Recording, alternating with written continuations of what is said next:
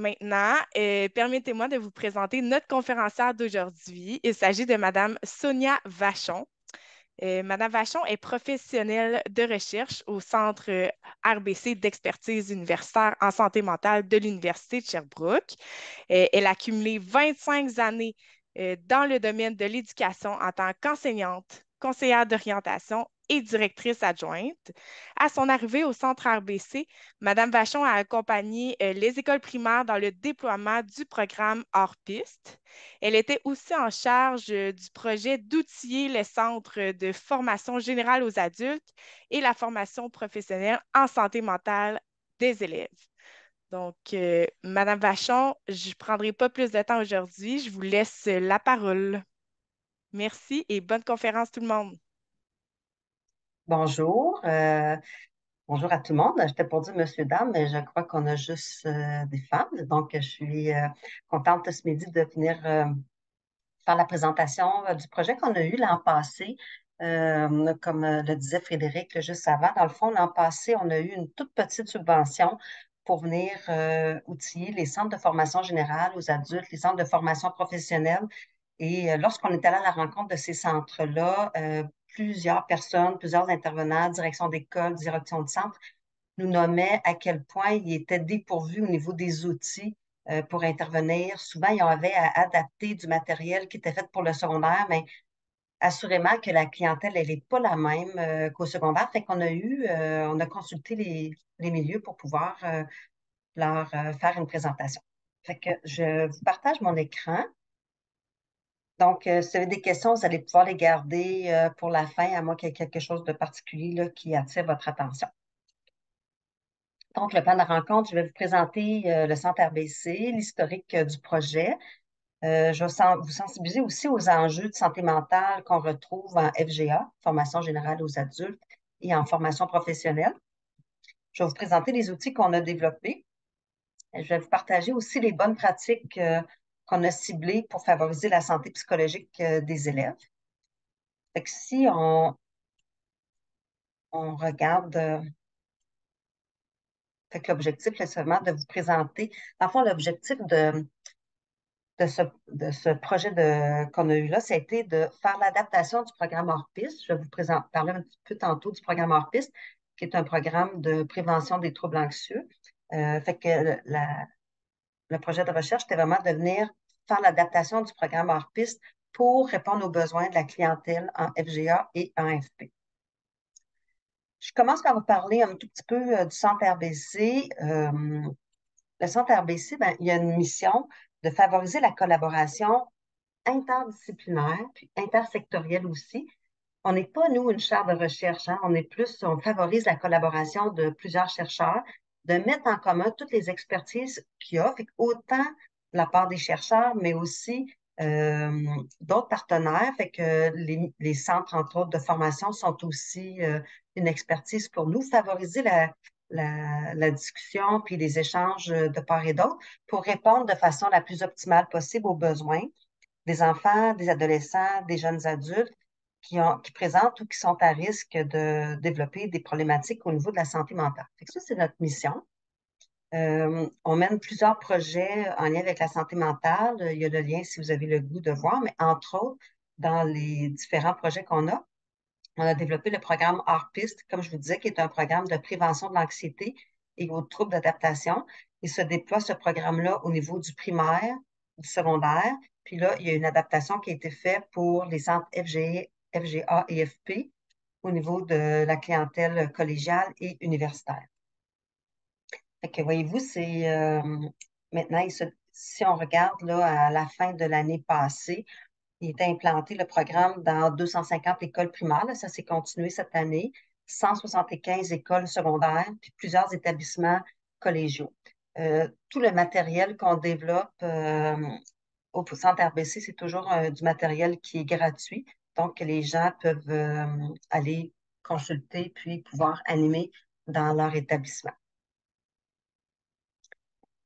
Dans le cadre de ce projet-là, ben, comme je vous disais tantôt, on a reçu une subvention de 111 000 l'an passé, ce qui est un tout petit montant dans les subventions qu'on est habitué d'avoir, pour venir faire l'adaptation du programme. Assurément qu'on aurait pu en faire plus, mais avec le montant qu'on a eu, là, on a dû se limiter. Donc, dans l'historique, comment on a fait ça? Je vais pas descendre un petit peu mon visuel. Donc, ce qu'on a fait en premier, c'est on a formé un comité interrégional qu'on avait à la fin là, du projet. On avait à peu près 46 personnes qui représentaient des professionnels, soit de la santé publique. On avait aussi des gens de différents centres de formation professionnelle et formation générale aux adultes. Et on a fait un accompagnement de proximité avec 3 centres de formation à Sherbrooke. On avait un centre de formation professionnelle, un centre de formation générale aux adultes et un centre qu'on appelle une école à vocation particulière, qui est une école de rattrapage pour une clientèle âgée entre 16 et 21 ans, qui est plus collée dans le secteur jeune au niveau de l'enseignement. Donc, ce n'est pas un enseignement modulaire, mais plus au niveau de la clientèle FGA. Donc, dans ce comité-là, on est allé s'asseoir avec eux pour voir c'était quoi les besoins qui émergeaient. Et on regardait, après ça, on a développé du matériel et on a fait expérimenter ce matériel-là auprès des centres. Donc, exploration des enjeux, identification des besoins, on a adapté, puis on a eu à développer des outils parce que ce qu'on avait, ça ne répondait pas à cette clientèle-là. On leur a partagé ces outils-là à partir après les fêtes pour qu'ils puissent l'expérimenter dans leur centre. Avec leurs commentaires, on a pu évaluer le matériel, mettre à jour en fonction des commentaires qui étaient nommés. Puis, on a créé une page web à la fin du projet où on a déposé le matériel. À la fin de la présentation de mon PowerPoint, je vais vous présenter le site web et où aller chercher tout le matériel qu'on a développé.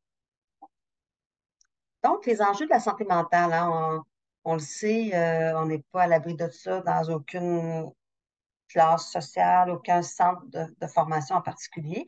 Si on regarde pour le profil des élèves en formation générale aux adultes, on dit que 47 des élèves ont moins de 25 ans.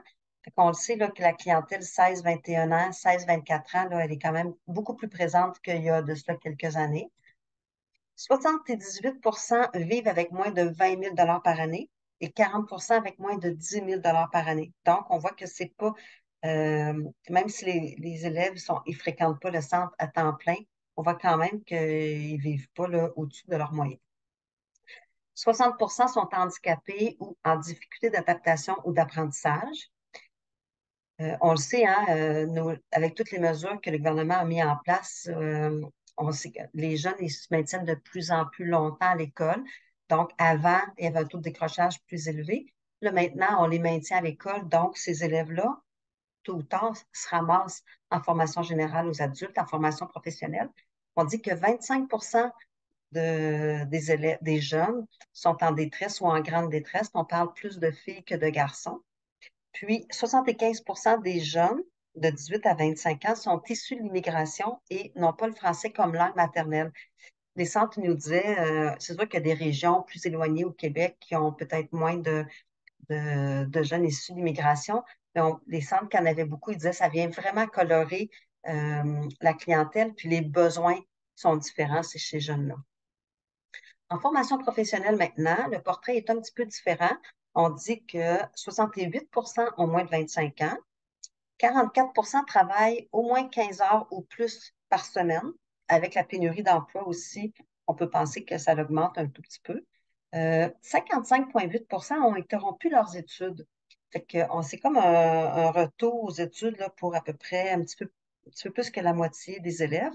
Puis 40 là, ont arrêté leurs études parce qu'ils s'ennuyaient, manquaient d'intérêt, ne voyaient pas trop où ils s'en allaient dans tout ça. Si on regarde dans les statistiques le plus précises, on dit que 21 sont entièrement capables de répondre à leurs besoins, selon eux, hein, selon l'analyse qu'eux ont fait. Puis ça, je vous rappelle, là, ces statistiques-là ont été sorties en 2021 dans le cadre de l'Observatoire là, sur la formation professionnelle, fait que c'est quand même des données récentes. 33 ont un diagnostic de trouble d'apprentissage et 20 ont un diagnostic de trouble de santé mentale. Un petit peu comme je disais tantôt pour la FGA, on a dans les écoles secondaires mis des mesures en place pour pouvoir avoir des élèves, mettons, en persévérance le plus possible. En formation professionnelle aussi, on a eu des préalables spécifiques, ce qui fait qu'il y a des élèves vont arriver en formation professionnelle, parfois euh, avec un passé un peu plus lourd au niveau de l'éducation, et ça vient teinter euh, les besoins dans ces milieux-là quand on dit, ben, on a des élèves parfois qui sont plus vulnérables ou sont moins matures, ben, assurément que ça peut venir teinter le fait que les préalables ont un peu été élargis.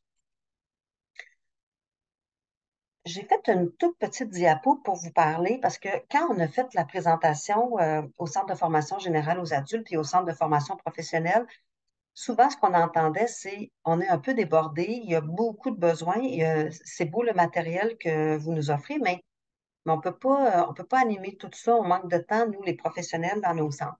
Fait que ça nous a amené à parler un peu des acteurs qui sont autour des centres pour venir les supporter. Donc, on a, dans chacune des régions, on a des bureaux de santé publique et on a des personnes qui sont là pour venir accompagner les centres FGA-FP pour venir les accompagner, parfois les sensibiliser l'équipe centre à différentes problématiques, animer des formations avec eux. Il y a nécessairement des personnes qui sont intervenantes dans les services éducatifs complémentaires offerts. Les organismes communautaires, on a vu des beaux partenariats l'an passé qui se sont faits avec les Carrefour Jeunesse Emploi, avec des organismes qui venaient en aide aux gens qui ont des problèmes de santé mentale, qui disaient, nous, on a de la difficulté à mettre un pied dans ces centres-là pour pouvoir les aider, puis on a une clientèle qui est connexe. Fait que, on a peut-être avantage à aller les voir pour voir s'ils peuvent collaborer avec nous. Et naturellement, toutes les gens qui font partie de l'équipe centre. Maintenant, dans les ressources matérielles, hein, dans le matériel qu'on a développé là, dans le cadre du projet, on a, on a développé tout le matériel sous forme de 3 axes. Le premier axe, c'est tout le matériel qui est destiné directement aux élèves. Le deuxième, on a fait du matériel qui est plus dans le but d'outiller les équipes santé, autant les personnes enseignantes, les personnes professionnelles, les directions. Et on a fait aussi un volet milieu, donc qui s'adresse beaucoup plus large. C'est comme des fois des choses au niveau de la sensibilisation, de la santé mentale, fait que dans les activités que je vais vous présenter, ben, on a les 3 là, volets là, qui s'adressent comme ça. On a des programmes pour les volets élèves, on a la prévention universelle puis l'intervention précoce. Fait que si on regarde l'intervention universelle, on a bâti 2 ateliers, un sur le stress et un sur l'anxiété pour venir expliquer aux élèves qu'est-ce que c'est le stress, qu'est-ce qu'est l'anxiété, comment on peut travailler ça là, dans des périodes qui sont plus chargées. On pensait aux fins d'étape, aux évaluations, des fois l'entrée en stage, des fois la conciliation, travailler dessus. On a fait un atelier au niveau des médias sociaux. On a eu beaucoup de commentaires à l'effet que les élèves dans les centres consomment énormément leur cellulaire. Ça devient même une problématique quand ils sont beaucoup sur leurs appareils pendant les cours. Fait qu'on nous a demandé d'avoir un atelier pour sensibiliser les élèves et les faire travailler un petit peu dans ce sens-là. Et on a développé 2 ateliers qui se donnent un à la suite de l'autre au niveau des saines habitudes de vie. Ça aussi, ça a été une grosse problématique qui a été nommée, la difficulté. On a des jeunes qui n'ont pas nécessairement la maturité, mais qu'on les traite un peu comme des adultes dans ces centres-là. Donc, on voit que ça se couche tard, ça ne mange pas leurs 3 repas par jour, ça passe beaucoup de temps à gamer sur les jeux vidéo, beaucoup de temps sur leur cellulaire, consommation de substances X, Y, Z. Donc, on voulait créer un atelier pour venir les faire réfléchir si leurs habitudes de vie étaient saines selon eux. Donc, on a fait 2 ateliers parce que c'était un gros morceau. On ne peut pas le faire en un seul atelier. Ensuite de ça, en intervention précoce, ben, on a adapté le programme d'intervention hors piste expédition qui s'appelle au niveau du secondaire. Fait que c'est un programme d'intervention précoce pour la gestion d'anxiété, donc pour une clientèle d'élèves qui ont une problématique au niveau de leur anxiété. C'est un petit groupe qui se donne à 8 reprises où on va venir outiller l'élève dans la gestion de son anxiété, lui montrer comment travailler ses pensées. On va travailler avec les personnes de son entourage aussi.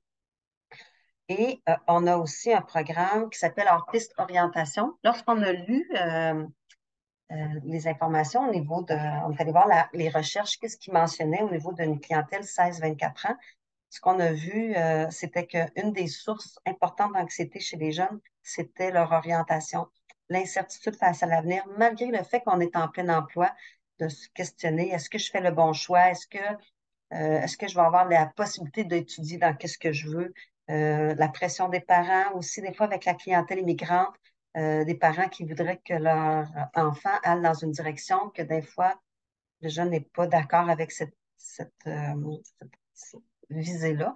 Donc, par ma collègue Audrey Dupuis, qui a développé le programme Hors-Piste Orientation, qu'on a fait aussi, qui est adapté autant pour une clientèle du secondaire que pour une clientèle de jeunes adultes. Donc, on a fait l'adaptation de ce programme-là pour ça, c'est plus animé par les intervenants.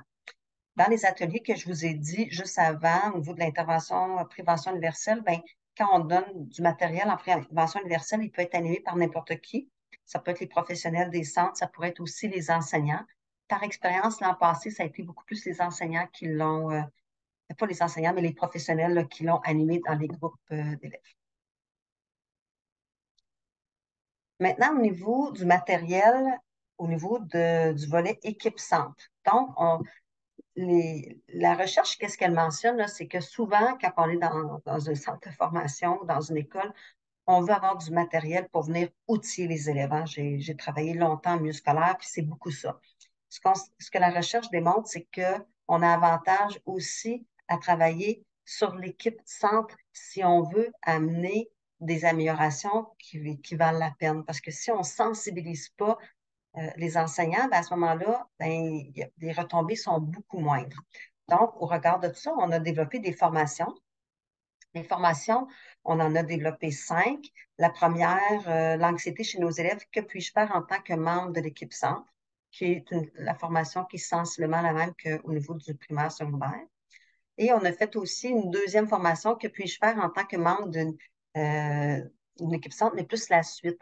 Donc, la suite, c'est plus une formation pour un réinvestissement, peut-être 1 an plus tard, 2 ans plus tard, qui a beaucoup, beaucoup de mise en situation pour qu'on puisse se rappeler les contenus qu'on a vus et se pratiquer un peu là, dans les situations avec des élèves qui sont très anxieux.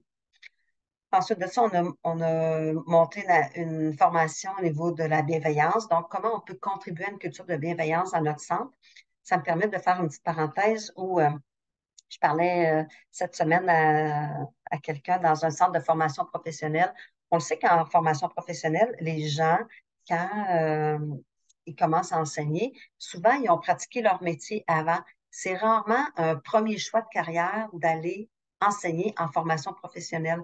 Et parfois, ces enseignants-là arrivent un peu, comment je dirais, ambivalent quand il arrive avec des élèves qui vont faire de l'évitement, qui sont anxieux, qui font pas le travail demandé, qui vont faire de l'opposition, qui vont avoir de l'absentéisme. Et surtout là, il disait, ben, on a des nouveaux programmes qui arrivent là avec la pénurie, des programmes raccourcis là, on va donner en blitz dès l'année prochaine. Et ces enseignants-là n'ont pas une formation de plusieurs années en enseignement. Et on a à travailler beaucoup avec la bienveillance de ces enseignants-là. Fait que cette formation-là, elle s'inscrit bien dans cette optique-là de regarder comment on peut euh, faire face aux situations des élèves, mais avec bienveillance pour favoriser leur réussite éducative. On a une formation aussi au niveau de cultiver son bien-être. Fait que ça, cette formation-là est arrivée pendant la pandémie. Les enseignants nommaient beaucoup, oui, c'est beau, les élèves vont pas bien, les élèves vont pas bien, mais nous, là, on va pas nécessairement bien. Est-ce qu'on peut aussi prendre soin de nous? Puis on le sait que c'est très difficile de prendre soin des autres si à l'intérieur de nous, on n'est pas bien. Fait que cette formation-là était déjà développée un petit peu avant, mais elle a pris tout son sens là, pendant la pandémie. Puis cette année encore, on voit là, qu'elle roule bien. Et la dernière formation, c'est une formation au niveau de la pleine conscience. Donc, cette formation-là donne les bases théoriques au niveau de la pleine conscience et fait vivre des activités là, plus pratiques. Ces formations-là, mis à part la dernière au niveau de la pleine conscience, nous, on va former les gens à l'animation des ateliers. pour qu'après ça, dans vos centres de formation respectifs, vous puissiez l'animer. Parce que nous, on n'a pas les ressources pour pouvoir animer tous les centres. Fait que, il y a un calendrier de formation que je vais vous montrer tantôt. Vous pouvez vous inscrire et on vous présente la formation et on vous donne le PowerPoint pour que vous puissiez l'animer dans vos milieux. Au niveau de la formation sur la pleine conscience, eh bien, cette formation-là, elle est animée par un membre de notre équipe. Il y a un calendrier de formation, il y a de la disponibilité de jour, de soir, où est-ce que les personnes là, peuvent s'inscrire. Fait que ça s'adresse plus aux personnes qui auraient le goût d'ajouter un peu plus de pleine conscience au niveau là, de leur parcours là, avec les élèves. On a aussi fait une fiche synthèse qui explique le stress et l'anxiété qu'on peut remettre là, aux enseignants, aux personnes enseignantes pour leur faire un peu les rappels des contenus théoriques qu'on présente dans le premier atelier, l'anxiété chez nos élèves. Dans le volet milieu maintenant, ben, on a développé diverses activités. La première, on l'appelle le photo-voix. C'est une belle activité, ça, pour venir sensibiliser les gens du centre de formation au niveau de comment nos élèves vont. Donc, cet atelier-là, cette activité-là, on va former un comité d'élèves et on va leur demander à ce comité-là d'aller prendre des photos à l'intérieur du centre de formation d'éléments qui, pour eux, favorisent leur bien-être et les éléments qui vont favoriser plus leur stress ou leur anxiété. Et là, après ça, en comité, on regarde les photos, on choisit celles qui parlent le plus et on fait un vernissage au niveau, bon, ça peut être au niveau d'équipe de direction, mais après ça, on peut faire un vernissage aussi auprès de toute l'équipe du centre pour venir sensibiliser à qu'est-ce que nos élèves y voient, c'est quoi leur facteur de stress puis leur facteur de bien-être à l'intérieur du centre. Fait que ça, c'est vraiment une belle activité pour prendre conscience si les enseignants, des fois, ils nomment, ben, j'ai jamais pensé que ça pouvait leur faire du bien aux élèves quand je faisais ça. Tu sais. Il y a une enseignante qui nommait, elle aime beaucoup être à la porte de sa classe quand elle accueille les élèves, ce qu'on voit très peu en FGA et en FP. Puis il y avait eu ça de pris en photo, puis elle disait, moi, je fais ça parce que j'ai goût d'accueillir mes élèves, puis assurément que je gère bien des petits problèmes dans le corridor avant de commencer mon cours. Fait qu'elle a trouvé que c'était une pratique qui était efficace, mais cette activité-là lui avait permis de constater comment ça faisait du bien aux élèves. La deuxième activité qu'on a montée, ben, on l'appelle la semaine exploratoire. C'est un guide qui a été monté pour aider les centres à organiser une semaine thématique en lien avec la santé mentale, fait que pour faire connaître et expérimenter différentes attitudes, habitudes, activités qui font du bien. Fait que souvent, cette semaine-là, les gens vont bien aimer la faire pendant la semaine de la santé mentale. Ça peut être la semaine de la persévérance scolaire aussi. Fait que c'est tout un canevas là, qui vient vous aider, qui vous donne aussi des pistes là, de qu'est-ce qu'on peut mettre dans une semaine comme ça. Et on a fait aussi une fiche de respiration. Fait que ça, c'est plus du matériel de réinvestissement à partir du moment où on a parlé un peu avec nos élèves de stress, d'anxiété. Bien, avant un examen qu'on le sait qui est important, bien, des fois, de prendre 5 minutes, puis amener nos élèves à venir se calmer un peu avant de procéder à l'évaluation, bien, ça peut être gagnant. Fait on a fait ça, ça peut être utilisé vraiment là, au besoin. Donc, on va mettre tantôt dans la discussion l'adresse du site web. Fait que j'enlève ce partage d'écran-là et je vais vous présenter. Je partage mon écran. Dans le fond, là, je vais vous présenter le site RBC, le site hors-piste, dans le fond. Fait que dans le site hors-piste que vous devriez être en train de voir, on a les 3 volets, on a 4 volets. On a toutes les actions qui ont été développées pour le primaire, le secondaire, la formation générale aux adultes et la formation professionnelle, et l'enseignement supérieur qui inclut plus les cégeps et les universités. Donc, si on regarde pour la FGA et la FP, on a ici, bon, la personne de la démarche, on a l'an passé fait un webinaire pour présenter le projet. C'est ce que je vous présente aujourd'hui. Fait que si vous voulez le réécouter, il est dans cet onglet-là. Et on a fait aussi un guide d'implantation. Ce guide d'implantation-là, permet de savoir c'est quoi les conditions qui sont gagnantes euh, pour implanter. Fait que ce qu'on a entendu beaucoup en FGA, c'est que toutes les cours de VR, engagement vers la réussite, mémoire est bonne, c'est un endroit qui est vraiment bien pour faire vivre des activités aux élèves. En formation professionnelle, ben, il y a un petit enjeu là, hein, parce que les programmes sont très chargés et c'est difficile de trouver de la place. Donc, il y a comme un enjeu à réfléchir, mais comment on peut s'y prendre pour animer des ateliers, sensibiliser les élèves, venir les outiller. Fait que dans le guide d'implantation, on parle un peu de ça. Puis si je me permets de vous l'ouvrir, dans le guide d'implantation, là, ce que nous, on considère comme étant gagnant pour implanter, c'est pas un programme hors piste, hein, c'est vraiment plus une approche. Ben, ce qui est bien gagnant en premier, là, c'est de former un comité. Ce comité-là, dans le centre, euh, devrait y avoir des enseignants, il devrait y avoir des élèves, euh, quelques professionnels et au moins un membre de la direction. Souvent, là, on fait l'erreur d'aller chercher les élèves qui sont les plus engagés quand on forme un comité comme ça. Moi, j'aurais plus tendance à dire de faire attention à aller choisir des élèves à qui on s'adresse. Des élèves, des fois, qu'on peut voir qu'au niveau de leur santé mentale, c'est fragile et voir qu'est-ce qu'on peut faire, qu'est-ce qu'on peut mettre en place dans notre centre pour venir les aider. Ça peut être un comité qui est déjà existant aussi. On n'a pas besoin d'être des gros comités parce que souvent, les gros comités, c'est moins efficace, mais 4-5 personnes, là, ça peut être suffisant. Et à partir du moment où on a notre comité, ben, on va aller évaluer les besoins. Ben, qu'est-ce qu'on fait déjà dans notre centre et qu'on trouve qui porte fruit? C'est quoi les besoins qui sont pas répondus présentement? Et à partir de là, ben, on va aller consulter les outils disponibles.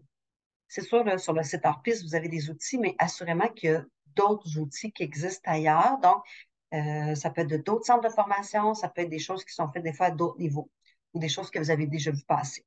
Fait que vous pouvez aller consulter les outils puis aller choisir les outils que vous trouvez les mieux dans votre réalité. Et ensuite de ça, ben, vous allez animer, implanter ces activités-là dans votre centre. Et à la fin, ce qui est hyper important, que souvent on saute quand on est dans le milieu d'éducation parce qu'on est des gens d'action, c'est de faire un bilan à la fin de l'année, de dire, OK, on a fait ces activités-là. Est-ce que ça a été gagnant? Est-ce qu'on devrait reproduire ça l'année prochaine? Et qu'est-ce qu'on planifie pour la prochaine année? Parfois, il y a des choses qu'on va dire, ça, on ne refait pas ça ou on ne refait pas ça de cette façon-là, ou on voulait implanter le programme d'intervention précoce, ça a été plus difficile d'aller faire notre recrutement. Donc, l'année prochaine, on va s'y prendre différemment, on va peut-être aborder plus les enseignants pour nous référer des jeunes. Donc, ce bilan-là est important pour planifier la suite. Fait qu'on a pour chacun, dans le guide d'implantation, pour chacun des points, c'est tout détaillé là, pour que vous puissiez voir en quoi ça consiste, puis c'est quoi les stratégies qui sont gagnantes pour chacune des choses. Ce qu'on observe, nous, c'est que quand euh, un projet, ça repose seulement sur une personne, mais la journée que la personne quitte, ben, tout tombe à l'eau. Alors, quand on a un comité, on a beaucoup plus de chances de venir ancrer dans le centre de formation des pratiques, puis de pouvoir les garder même si les gens changent. Fait que ça, c'est pour le guide d'implantation. Ensuite de ça, tantôt, je vous ai présenté les outils pour les élèves. Fait qu'au niveau de la prévention universelle, on a ici tous les ateliers. Tout le matériel que vous avez est toujours clé en main. Fait que si on prend l'exemple sur les saines habitudes de vie, vous avez pour l'atelier le matériel d'animation et le PowerPoint à présenter. Si on a des fois des outils complémentaires, donc cahier de réinvestissement, à ce moment-là, on va retrouver ça là, tout ici. On a fait aussi à la demande des centres des affiches pour pouvoir mettre dans le centre, soit les mettre sur des télévisions ou encore les imprimer puis les afficher. Donc, quand on a des outils comme ça, c'est donné. Fait qu'on a les 2 ateliers sur les saines habitudes de vie. Même chose, les 2 ateliers au niveau du stress et de l'anxiété. L'atelier sur les médias sociaux et autres outils. Ben, on vous a mis aussi bon, la série vidéo Bien ensemble et avec soi, qui s'adresse peut-être un peu plus aux professionnels pour réfléchir pour soi, là, qu'est-ce qu'on peut faire pour garder notre centre et être bien. Fait que c'est pas nécessairement un outil qu'on va aller, on peut le distribuer aux élèves, là, mais c'est aussi bon pour soi.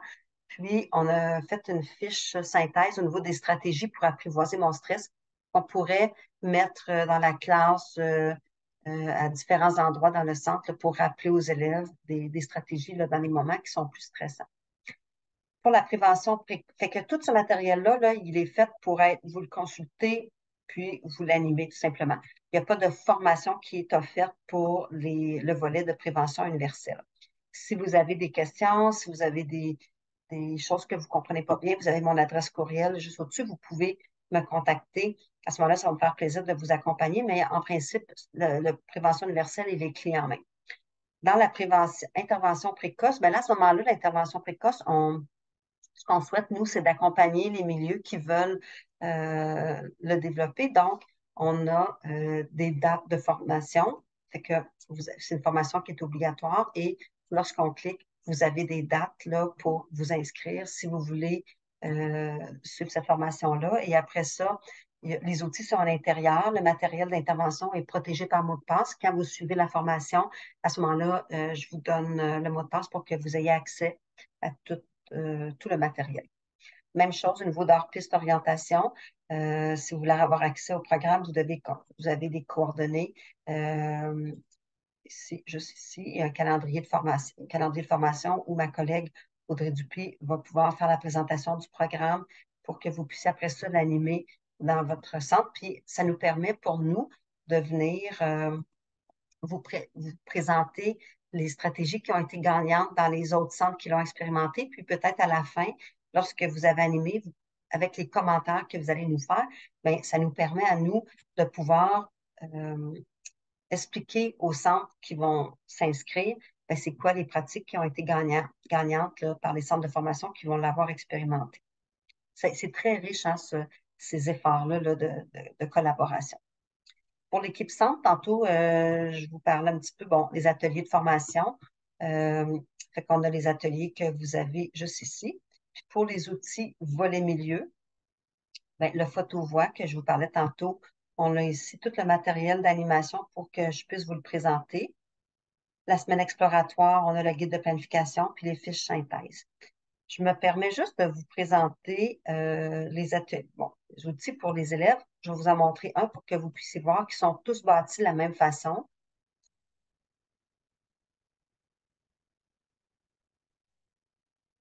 Donc, on va toujours aller chercher les compétences et les objectifs généraux de l'activité en tant que telle. La durée totale, fait qu'ici, on a une durée de 60 minutes, c'est souvent 60 minutes. Ensuite de ça, le matériel et la préparation. Donc, qu'est-ce que vous avez besoin comme matériel pour animer l'atelier? Et ensuite de ça, ben, on a les consignes. Donc, qu'est-ce que vous devez dire aux élèves et ainsi de suite, le contenu théorique. Et ensuite de ça, à la fin, on va faire, s'il y a des exercices à faire, on va vous donner. Donc, ici, défis à réaliser idéalement, si on veut mettre les élèves en défi pour pouvoir venir expérimenter ce qu'on a vu ensemble, on le met ici. Puis, si vous décidez de l'expérimenter, bien, on est toujours très ouvert à entendre vos commentaires. Si on voit qu'il y a plusieurs commentaires dans le même sens, à ce moment-là, on va faire une révision du matériel. Donc, c'est important de toujours partir du matériel qui est sur le site web pour avoir toujours la dernière version. Habituellement, on fait la révision du matériel pendant l'été pour que lorsque la rentrée, là, fin août, que vous puissiez avoir du matériel qui est à jour là, à ce niveau-là. Aussi, fait que ça, c'est pour ça. J'arrête mon partage d'écran. J'attire aussi votre attention que, vu la grande demande qu'on a eue depuis le début de ce beau projet-là avec la FGAFP, ma directrice, Mme Lane, a nommé cet automne l'intérêt de faire une recherche pour aller chercher une nouvelle subvention pour pouvoir continuer à approfondir le matériel qu'on a développé. Donc, si au regard du matériel que vous voyez, il y a des choses que vous voyez qu'on n'a pas développées, mais qui seraient assurément aidants, naturellement, il faut rester dans notre terrain de jeu en lien avec la santé mentale, puis des choses qui sont réalistes, parce que ce qu'on a entendu, c'était on aurait besoin de plus d'intervenants, on aurait besoin d'avoir plus de budget, des locaux pour animer des choses, ben, nous, on n'a pas de pouvoir là-dessus. Mais si vous voyez qu'il y a des besoins qui émergent, des choses que vous dites, ben, on aurait besoin de matériel, exemple, pour une clientèle plus en intégration socio-professionnelle ou avec une clientèle immigrante, on voit que c'est pas adapté, ben, vous pouvez m'écrire sur voilà, mon adresse courriel qu'on a vu tantôt sur le site. Et moi, je vais le mettre dans tout le lot des commentaires qu'on va avoir reçus. Et lorsqu'on va avoir une nouvelle subvention, à ce moment-là, on va pouvoir développer là, des outils pour répondre à vos besoins. Fait que pour moi, ça fait le tour de la présentation que je voulais vous faire.